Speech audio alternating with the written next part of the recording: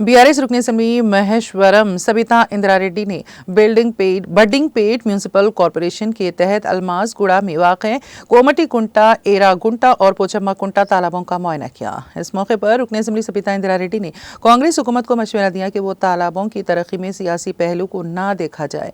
रुकन असेंबली सबिता इंदिरारेड्डी ने कहा कि पिछली हुकूमत में बालापुर मंडल के तहत तालाबों की खूबसूरती के लिए HMDA से 40 करोड़ तक के फंड्स लाए गए थे।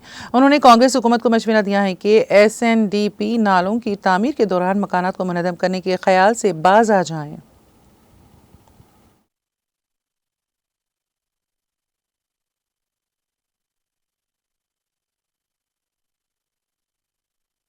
అల్మాస్గూడ గ్రామంలో ఉన్న పోచమ్మ కుంటను సందర్శించడం జరిగింది।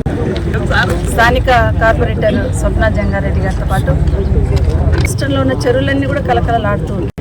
అట్లే అర్బన్ ఏరియాకి వచ్చేసరికి సిటీ ఏరియా ఎక్కడైనా అర్బన్ ఏరియాకి వచ్చేసరికి ఈ చెరువుల పక్కన ఉండే వాళ్ళు వ్యవసాయం తగ్గించడంతో వాళ్ళ పట్టా ల్యాండ్ ఉండడంతో వాళ్ళు లేఅవుట్లు చేసి కాలనీలుగా స్ప్రెడ్ కావడం జరిగింది।